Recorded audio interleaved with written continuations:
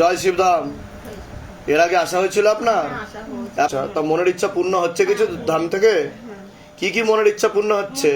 আমি যা চেয়েছি বাবা আমরা সবই দিয়েছে। আমি চেয়েছিলাম আমাদের শরীরে আমাদের দাঁড়িয়ে ঝামেলা হচ্ছিল জমি জায়গা নিয়ে। আচ্ছা, জমি জায়গা নিয়ে ঝগড়া ঝামেলা অশান্তি হচ্ছিল আপনাদের? আচ্ছা, হলে বাবা আমাদের কাছে আমাদের জায়গা আমাদের দিয়ে দিয়েছে।